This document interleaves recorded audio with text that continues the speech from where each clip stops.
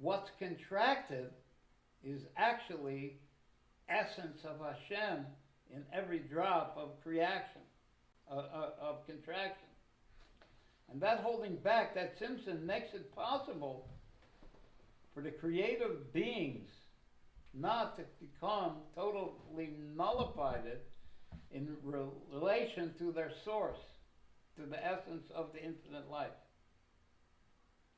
which would be certain to occur if there was no restraining power on the infinite life. The name of this tractate that we're learning is called The Gate of Unification and Faith. The realization of unity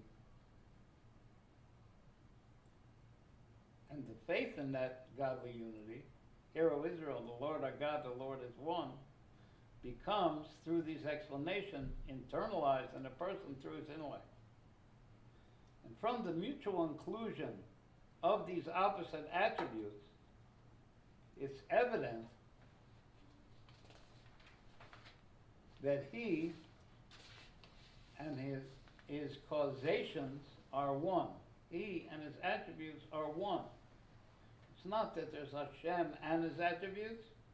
It's all one thing. Because they are a complete unity within him, they are therefore unite with each other and are comprised of each other. So that the Kabura, the holding back and work in the way of chesed, in the way of kindness, like Elijah said, is the famous Elijah the prophet, about Hashem, you are he who ties them. Ties what? Hashem's attributes, and unites them. And apart from you, Hashem, there is no unity among these attributes. So notwithstanding that these divine attributes are infinite and opposite, it's Hashem himself who's running the show. He makes peace, shalom, between these opposites to accomplish what he wants. This then is the meaning of the scriptural phrase, the Piskon.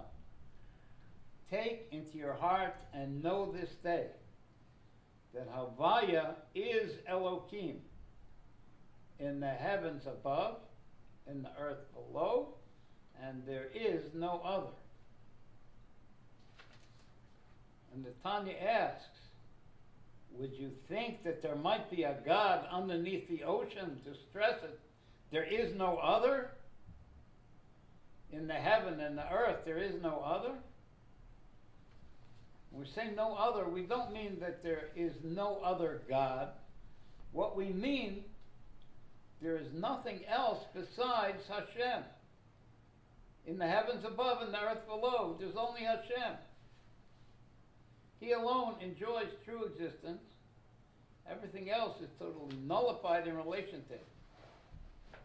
And these two names are actually one. Havaya and Elokim are actually one. When I move, every move that I make, there's a stop. And it's one move. The stop will be like Elokim, the holding back, and the moving will be like Havaya, the outspread of light. And every move is comprised of both. Havaya represents kindness, chesed, spreading out. Elokim represents tzimtzum and holding back. And they're truly one part of the same act from Hashem. I'm going to stop here for a second, and I'm going to give tzedakah, which is a good idea for everybody to do every day. It gives Hashem nachas, and it's also a mitzvah. You see, on one hand I move my hand, on the other hand I stop it where it has to go. Same too when Hashem creates the world. There's a spreading out and a constraint. And they're both part of the same act of kindness. That's what it says. He and his names are one. His attributes, the names, are all part of him. Elohim is really one with Havai. Therefore you will know that in the heavens above, the earth below, there is no other besides Hashem. There exists nothing else besides Hashem. Even here in the material physical earth, which appears to everyone's eyes to be actually existing, there it is, it exists. It is really nothing and complete nothingness in relation to the Holy One, blessed be He, who's bringing it into being, because it's a name Elohim that obscures on the infinite light. It contracts the light and life force. Only for us, Hashem sees and knows that everything is in Him. But we perceive as if we possess independent existence. But for Hashem, He understands that Havai is Elohim, it's all Him. Therefore, the name Elohim cannot obscure for Him. At first glance, we can understand it of how a body is subordinate to a soul, which is the life force of the body. But the soul does not bring the body into existence like Hashem brings everything into existence. The soul only provides the life force for the body. But Hashem brings everything to existence from nothing. Everything is absolutely nullified, therefore, in relation to the one who brings them into existence. Like the light of the sun is absolutely zero inside the flame of the sun. Therefore, the analogy of a soul to a body bears no similarity whatsoever to the object of comparison, which is how Hashem enlivens the world. The soul and the body are actually separate from each other in their source. The source of the body and its essence comes into being not from the soul, but from the seed of the father and mother. That's where the body comes from. And even afterwards, after it's a soul, it lives off the food that the mother eats. And later on, after it's born, it lives off of food. The heaven and earth is not like that. Hashem is always bringing them into being every second. Their being and essence was brought into existence from nothing at the 6 days and continually renewed every instant by divine speech. Before the creation of space, space means north, west, east, south, up and down. There was no space at all. It was just nothing. Only through the word of Hashem and the breath of His mouth, space comes into being. And now too, as the Baal Shem Tov said, your word stands forever in every created being. It flows into everything continuously to give it life. And brings everything anew from nothing, just like the light of the sun comes out of the sun, where it is absolutely nothing in the flame of the sun. Therefore, the created beings, which include space and time, which are also creations, are completely nullified out of existence.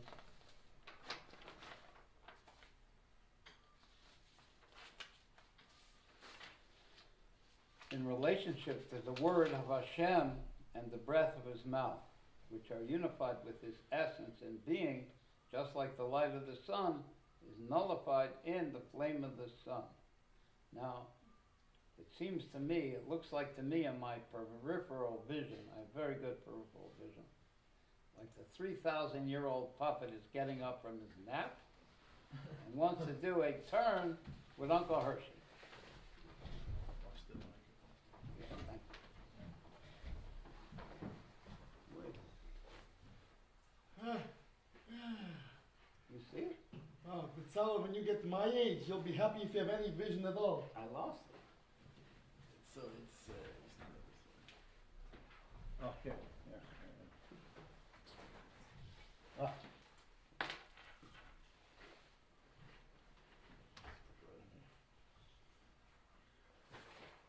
Herschel, you're up.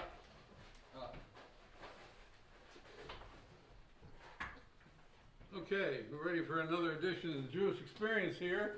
We got with us once again our favorite interview subject, the 3,000-year-old puppet who was there. I was there, you know. And that's an amazing thing because he was actually there. So we don't have to ask him, what he think he saw. He knew what he saw because he was there. So anyway. Yeah, I think I know what I saw. What'd you see? Anyway, the point is, that's one of the points. What's the point? That's one of the points. Either that or I know what I think I saw, something like Okay, that. so we'll talk about it. The parsha this week is Shelach, and no, it says the parsha opens with Shelach Lecha. It's to send for yourself. Why does it say send for yourself? You know that? I actually do. Oh, that's amazing. Well, I mean, I might know different things. You Okay, say, fine. Maybe it's a different. Well, I'll tell you, it's just very simple. And obviously, Hashem was taking him in, and they should have complete emunah shlema in the fact that Hashem was taking him in. But so when they wanted to see, they wanted to take care. They figured they had to do this. So Hashem said to them, "Shelach lecha, send for yourself.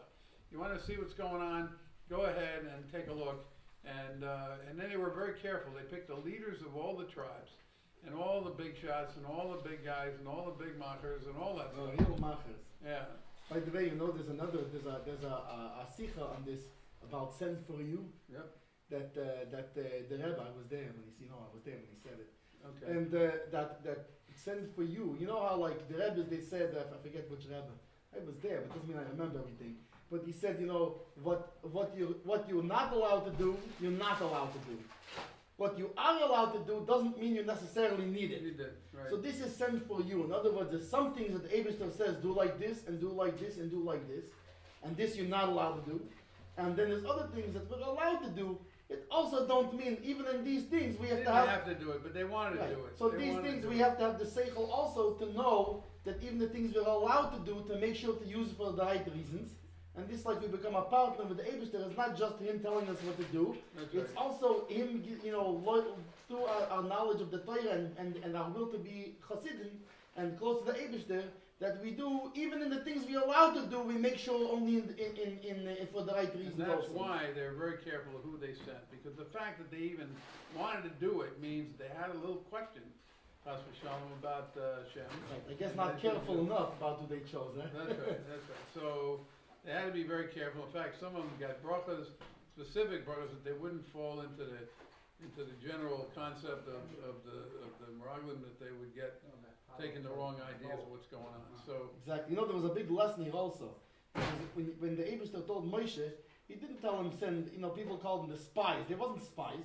It actually says, go and explore the land. Right. He didn't, in other words, when a Jew is acting in the right way and doing the right thing, you don't sneak. You go proud, open. And in other words, we're coming to look and see what's tutzich over here. right, but they wanted to be like, under the radar. So that's why they call them spies. But they Yeah. didn't have to do that. But actually, it doesn't say spies in there, but that's what we call them. Right. Now, anyway, so it's another funny thing of this is that Moshe told them to bring back fruits, yeah? Right.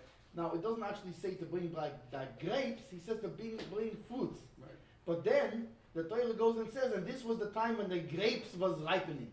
Wait a second, why not just say when the fruits was ripening? Why grapes? And it's interesting because the grapes is a very specific thing. Correct. And in other words, if you want to go and you want to make everything Eretz Yisrael, you have to learn from a grape.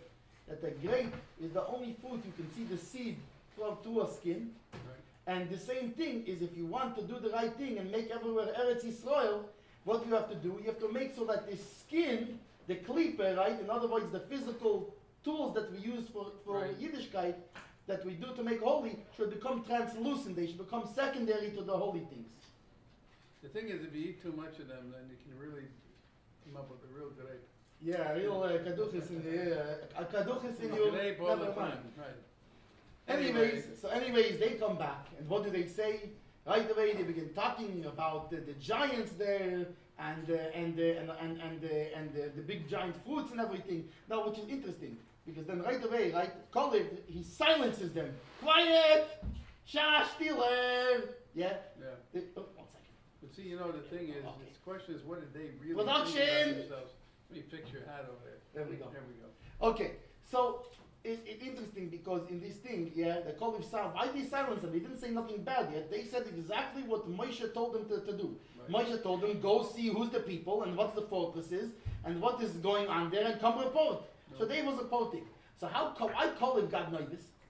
Because he saw that they messed their priorities up over here. Right. In other words, you see when Moshe spoke to them, right, what did he first say? First he was worried about conquering the land like the Eibishter told us. Right. And only then he spoke about the rewards, about how great the land will be. When the spies came, they flipped the order the other direction. Right. They started first talking about how big the fruits, and only then they started talking about the giants. In other words, they was talking about the rewards first. All the things you're going to get. So right away, Kalev, that's why he silenced them, because he right away, he chapped it that they have something gone clapped in the Right. mind, is gone crazy, and they flipped all the things around. He was messing the priorities around, and that's why he schmecked it. But it's not like a rotten That's why herring it also- that was trouble brewing. That's why it also points out that they were like, you know, in their own eyes, they felt like they were small. I mean, that's the whole thing. It was in their own eyes. Right, It's not because not only that, in the beginning, that's why Moshe told them, don't despise, explore. In other words, we coming in, God told us we're taking the land, and we walking up, looking around. Right. But see, that's right. They in their own eyes. Yeah, but there's, Good there's point. another secret agenda to it. And that's the concept is in the Midbar, they had everything handed to them. They had the one, they had everything done, the clothes were clean. All they had to do was learn and daven. That's all they had to do. Everything else was taken care of. When they went into the land, they knew they'd have to work the land, they'd have to schwitz. they'd Right, have there was to gonna get- have to, it's and not do like in all a that midbar stuff. where there was mon and you could sit Right. and play all day. And that they felt it was more spiritual and more befitting the service.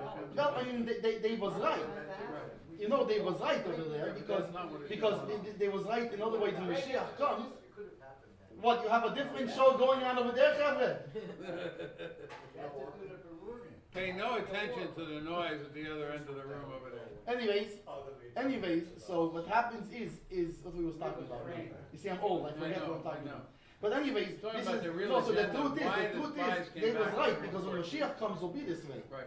That we're gonna sit in line, and it says that the other people will take care of all the physical needs, so that because the Yidden's only job will be to learn Torah. Correct. But this time it was not the time, and No, it they wasn't should the time listen to yet. Hashem and do what's right when he wanted it at the time. he Right, wanted and they it. got punished for this Big time. because first of all, from this the Abishah told them, you're all gonna stay You wanna here. live in the desert? You're all Fine. gonna- yeah, You're you'll be live in the here. desert. You're gonna till stay here. You're gonna till die You're here. gonna lose it in the desert. Right, besides for Kalev and Yeshua. Right, They but at least didn't. they got a full life. I mean, it says nobody Right. died till they were 60. Well, So- besides for the actual spies, Well, the besides guys, for right, the the two, they guys, died right, right away. they- Hop, they was like walking right. in the street. Okay, yes, hop. Oi, Yeah, what's that's this? it. Oh, kaduchis. Because look, it's an Afghanistan. Out, fini- It's Kedukas in finito. Afghanistan sideways. That's Yeah, what really it's happened. geworden a Right, Grayson, that it's was geworden a Grayson hasta la vista, That's it. baby. To get tightened and Kedukas, killed. right. Yeah. Kaput. Anyways, Right. Moshe davens the Eibishter, and it's interesting here because he doesn't daven for the Eibishter not to punish them, Right. like he did by the calf. And it's funny because you would think the golden calf was a much bigger sin, you know. So one of the reasons was actually the people making trouble here was the Erev Rav, the mixed multitude that Right, came right. from Egypt. So Moshe didn't think that everybody would get punished, but because he didn't stand up for the right thing, they got punished anyways. And Anyways, this also teaches you got to be careful who you hang around with. You know. Oh, That's absolutely. very serious because absolutely. they can give you a bad omen. Yeah, absolutely. Yeah. My wife gets nervous when I hang out with you. You know, If you that's, would have only Yeah, but I elevate you. That's a whole difference here. that's a different situation. Big time. Anyways, Anyway. then the people all of a sudden they go, oh wait, no, we sorry, no, we want to go to Eretz Yisrael. Come, let's get this swords Yeah, and the now they weapons. say it, right. Oh, let's go. And then Moshe says, no. You gotta listen to that. Nay, I say, because he says if you will go up there, the people they will kill you, they will wipe you out, they will clean your nose like a tissue. Right, not just that, but Shem said he's not gonna be with them, they'll be Right. up there on their own. On their own, you go, That's the but I'm problem, not with you now. Right, you don't You go know? anywhere without the Eibishter. Yeah. So, anyways, so they're not allowed to go.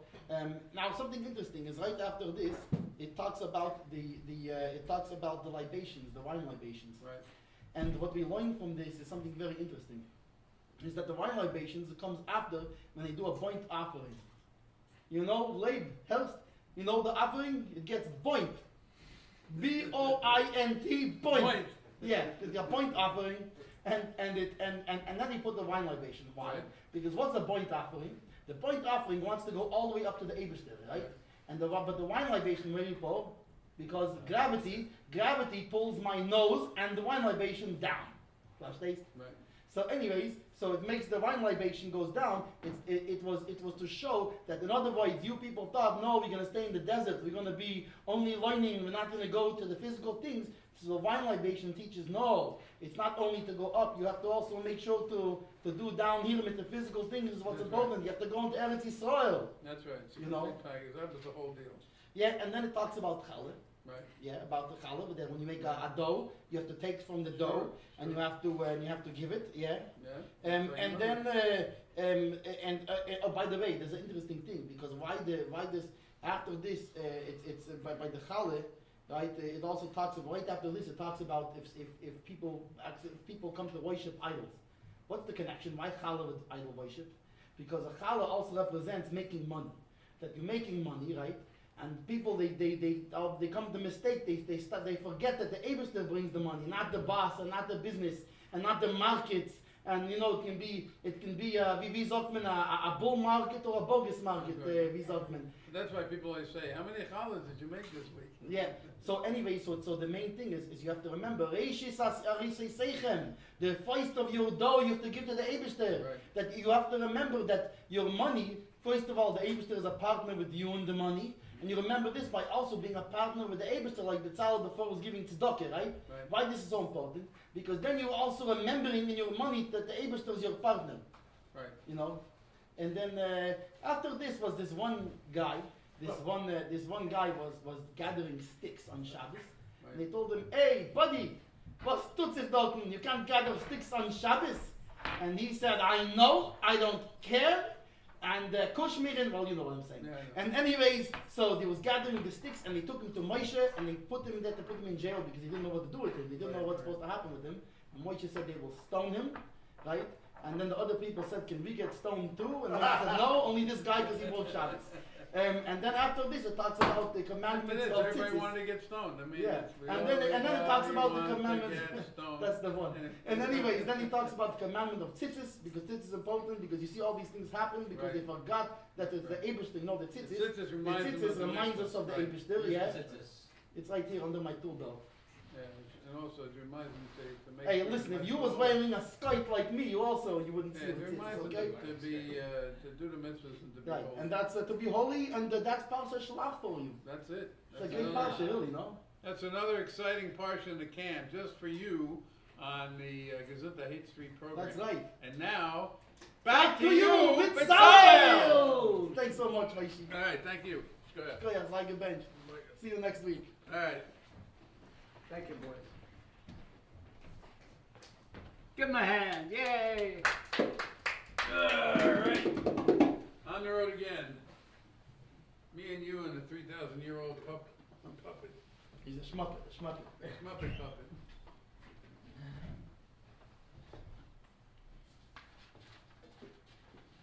Okay, so like we said, the tzimtzum and the concealment is only for the lower worlds. Hashem himself, there is no concealment. For example, when a teacher teaches a kid a subject, he doesn't tell him everything he knows. He hides a lot of it. But it doesn't mean he doesn't know what's going on. So too, he holds back so that the creations feel that they exist, but Hashem really knows that everything is really nullified to him.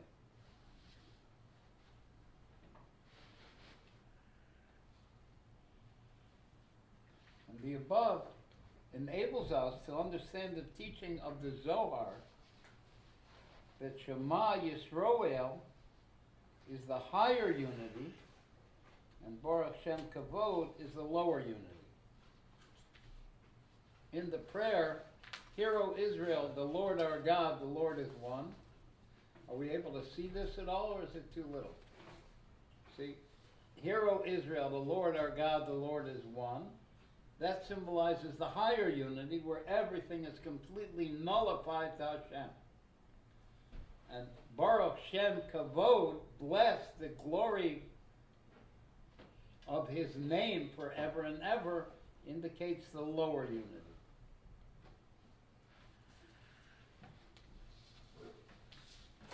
He's going to explain now the difference between the higher unity and the lower unity. Basically, the higher unity is how everything is completely nullified to Hashem and his infinite light. And the lower unity refers to the divine faculty of creative speech, which is called Malchus, which is called Hashem's attribute of kingship or royalty, and where that kingship and royalty is found in its source. Listen, Israel, the Lord your God, the Lord is one. That's the higher unity. Like the letters of speech are first included in the letters of thought and in the emotions of the person who's going to speak. Then the subsequent speech becomes letters of speech that go out from the person. So too in the supernal creative speech, we're saying supernal creative speech, it means the decree of the king that creates everything from nothing is at the stage when it's still included with the supernal attributes, like the level of thought, and those attributes being infinite are too lofty to serve as the source of creation, because creation is limited to space and time. And space has limits and time has limits. But creation, as it exists in its source, is united with Hashem at the higher level of unity. And its manner of nullification is similar to the nullification of the sun's rays as they are found within the globe or in the flame of the sun, where the rays do not exist separately from the sun. That's the higher unity. That's how Hashem's creative power is included in him. When, however, the divine created power of speech, the level of Malchus, the level of kingship, after it undergoes a process of contraction, of consuming, it comes to a curtain. It descends to a level where it is able to serve as a source of creation, which is called divine speech. Then the term lower level unity applies. Created beings at this level cannot be said to be utterly nullified to Hashem. After all, like it says, in the beginning Hashem created the heaven and earth. There is an existing heaven and earth. For inasmuch as this level becomes the actual source of created beings, they must have some measure of identity in relation to this godly speech. Even though this level, this lower unity, is pervaded by the infinite light, which unites with the divine,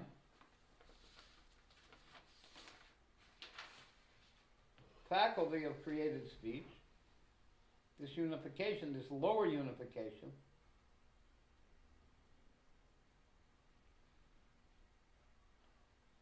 wherein created beings are seen to have some measure of existence. Even a nullified form of existence but they do exist. And the cause and reason for the existence of the created beings, and therefore of the power of tzimtzum, the power of constraint, of holding back of the infinite, to be the life force of the worlds, making everything appear that it exists independently, and the reason for it, as is known, the purpose of creation of the world is so that Hashem can be the king. The desire of Hashem is he should be a king, and a king can only be a king over a separate people. And that's the reason for this holding back and the revelation of a world. Those subjects of the king comprise a nation, and they're separate entities and distinct from the level of the king. And that's who he reigns over, those separate entities, that people.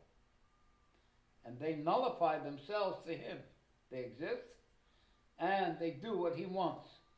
And that's Hashem's desire, to have a separate existence that does what he wants. And even if a king had a whole bunch of children and a whole bunch of ministers, he still wouldn't be a king. You need a separate people to be a king. And with that numerous separate people there, you could see the glory of the king. Therefore, this attribute of royalty, this attribute of malchus, which creates the separate existences, is because of Hashem's desire to be the king, and he creates things that are completely separate entity and are not absolutely nullified so that they have the free choice to make him their king. And when you have the term world, means that you have to have space and time. Space, like we said, is east, west, south, north, up and down.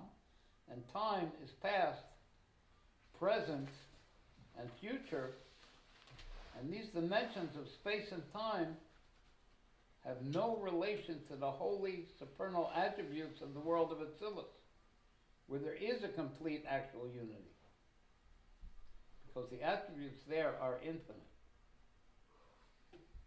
And only the level of malchus of speech can we say that he's a king who's above without limit and down below without stopping.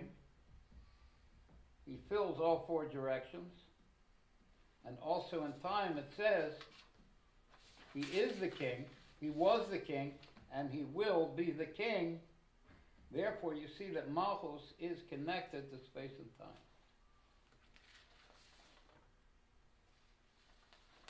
I see that it's getting late. The chef is getting ready to give me a nudge to finish up.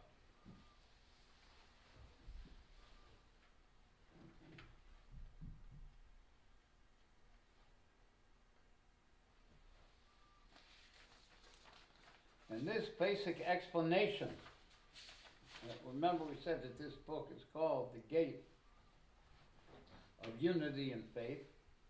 This explanation explains the unity, but there is no comprehension in the creative being of the Creator and its complete unity, and therefore we have to employ the level of faith to be able to get some recognition of godliness. Hatzvi-Bais! In just one moment, it's a crazy band is going to play a wonderful nigun. But first, I wanted to give the people, I wanted to give them a wonderful recipe. I want to teach them how to make a sauerkraut. But not like a regular, like you buy, like some kind of jar. I mean like one from home that is properly probiotic and good for you. Oh. You take a cabbage and you chop it up. Chop into little pieces like that, right? And then you put it inside. You might need 2 jars, but I put it in a quart jar, one of those, how you call, those ball-bearing jars. What is called? Those ball Mason jar. jar. mason jar. Oh, Lev, you are so smart. Oh, the mason jar, yes.